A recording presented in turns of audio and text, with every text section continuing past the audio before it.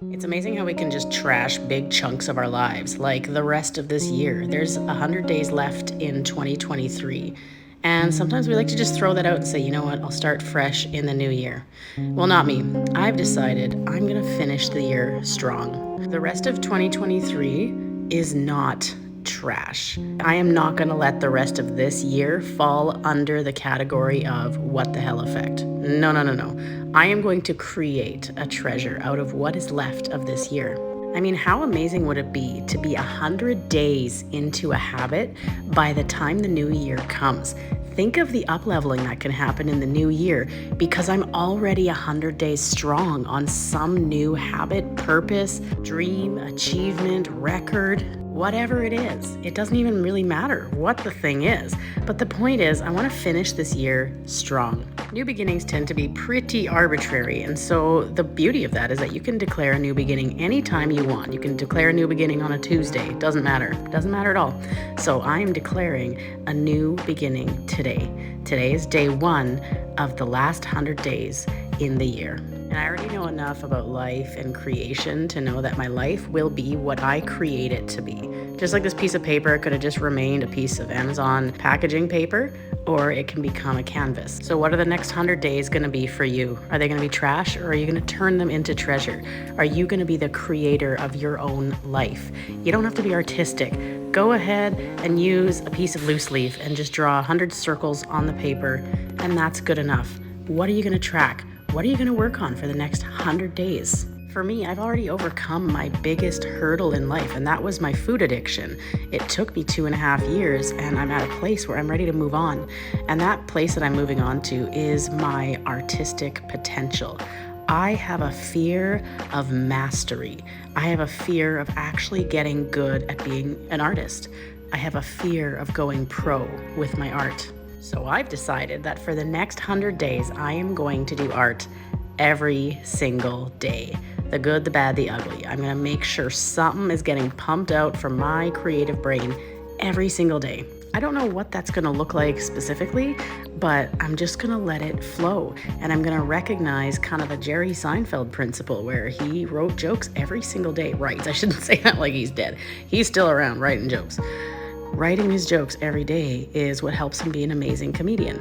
And what's going to help me be an amazing artist is doing art every day, even if it isn't amazing and inspirational, every single day. If the only amazing thing that I produce is a lack of resistance to my own artistic potential, I will have won over these last 100 days. And if I don't make art every single day, but I carry on the days that I can, even though I didn't in between, that is still a win too. Do you see what I've done here? I have created a way so that this is a no-fail experiment. Just by showing up, I have already won the challenge. What are some other ideas that people could try? How about 100 days of sobriety? Do you have something that you're using? Maybe you zone out to TV. Maybe you go on Instagram when your kids are home from school. Maybe you have food addiction like I did and you want to work on that sobriety. Maybe you want to dabble with not drinking over the holidays for the first time ever. Whatever it is, whatever scares you, whatever you have the most resistance to, chances are that's the direction you should be looking in. And it might not be taking something out. I'm not taking something out. I'm adding something to my life, right? I'm adding in art. So what else could it be? Journaling would be a great one. We are our own best therapist. If you don't have a writing or journaling practice daily, but you're seeing a therapist, I challenge you to add a journaling practice. I think you'll get more out of the journaling than the therapy. Or how about a meditation practice or practicing the pause? The only way we get good at practicing a pause in the middle of our day when we need it is by actually practicing it. That's another beautiful one that's really realistic because all you got to do is show up. Don't give yourself a time limit. Just say, I had to show up for my meditation. Whether you showed up for 30 seconds or 30 minutes, it counts. 100 days is a lot of days of the year still.